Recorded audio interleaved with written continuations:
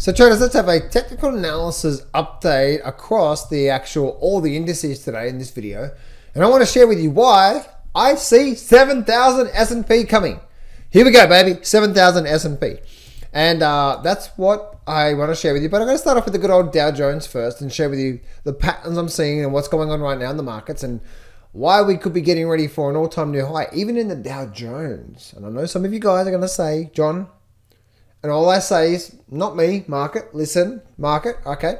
And so we can see, first thing I want to share with you here is, by looking at this chart, let's actually bring this chart up here, okay? So firstly, what I'm seeing right now is if I blow this chart up is that you can actually see how there's a major level of support through here. Major level of support. And then we actually came down, broke down, and now you can see as of today, it's actually testing it as of the resistance level. So there's a lot of resistance there, right? This is where it gets really awesome. Check this out.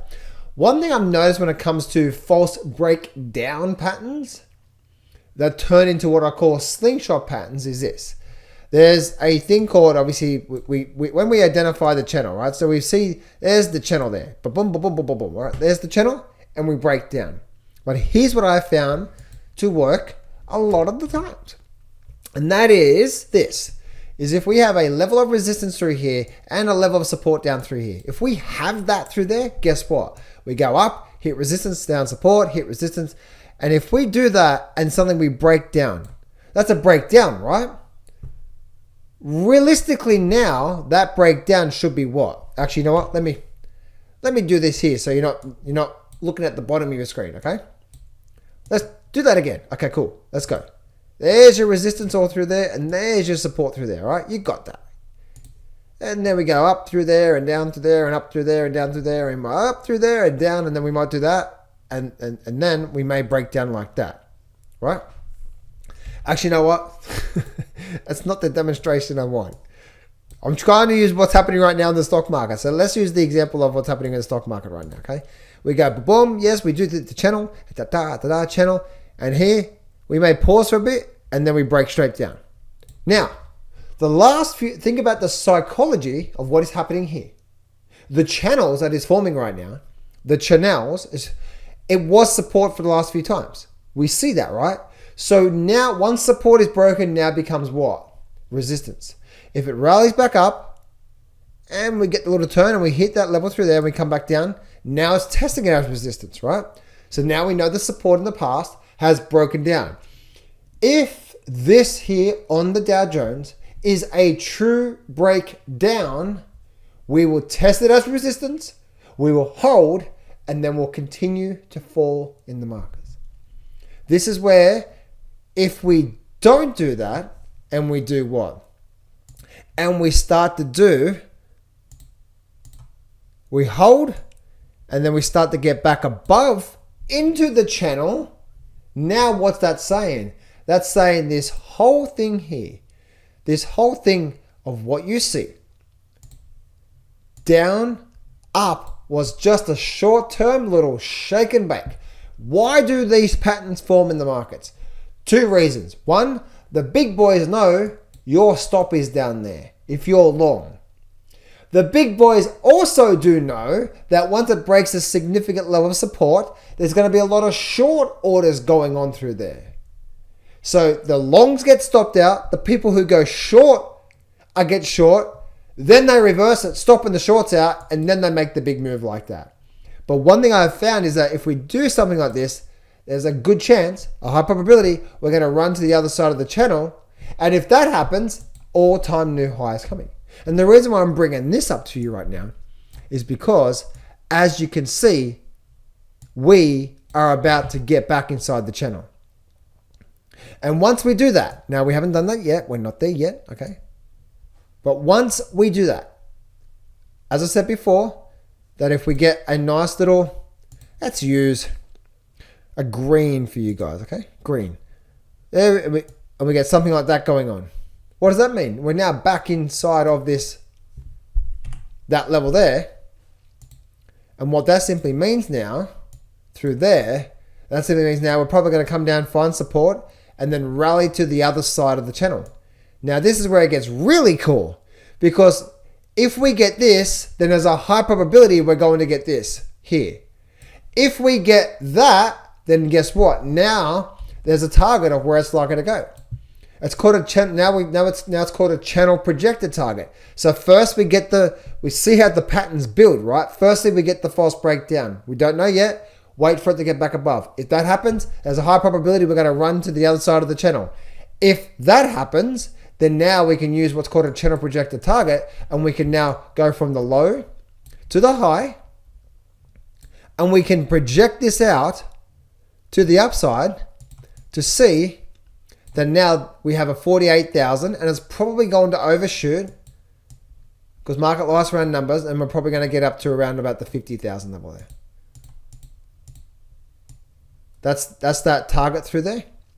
But once again, that's 48,000. We'll probably get there, and we're probably going to overshoot to get to the 50,000 because market likes round numbers, as you can tell. Around the 50,000 level was indeed, or around the 40,000 level, should I say, was indeed that there. 42,000 seems to be the case through there. But that's what I'm seeing through there, right? So on a bare minimum, the pattern, right? It's all about the pattern, not macroeconomics, okay? Pattern. If you're a trader, you only can trade the pattern. You can't trade macroeconomics. You just can't. Show me anywhere proven you can say, okay, I'm going to use macroeconomics to trade the market today. Where's the probability in that, right?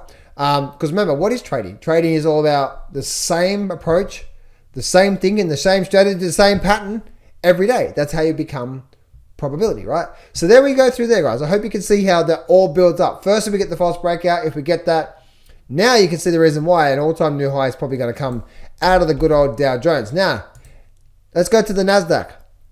What's the Nasdaq doing? And I want to bring up this chart here because what's the Nasdaq doing? We are right at this level through here.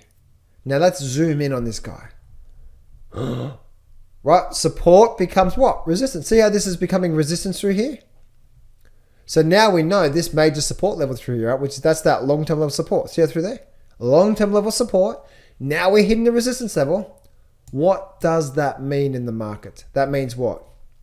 That means now we have this total resistance through here. And if we do get then this going on tomorrow, which is actually, I believe that's what we're going to see tomorrow. Once we see that, guess what? Now we're talking big move. Why? Because when this happens, just like the sideways channels, when we break down, we're likely to break up to the top of the channel. We now need to see if we can find some sort of channel going on through here. And I'll have to say maybe or possibly something going on, not exact science, right? But maybe something going on through there. If that happens and we get the false breakout, then guess what is coming? Moonshot to all-time new highs, 24, 25,000 over the next 3-6 months. Here we go. So that's obviously the Nasdaq. Let's go look at the S&P. The S&P right now is coming back down to a level of support through here, and we're just holding here right now, right? But we're possibly getting a bit of a support level through here, and if we go deeper now, we're going down. If we go to our hourly chart, look what we're starting to form through here, right? We're starting to form a bit of a trend change in the markets. What does that mean? Let me bring up a different chart for you so you can see what I mean through here, right? So let me bring up this chart here.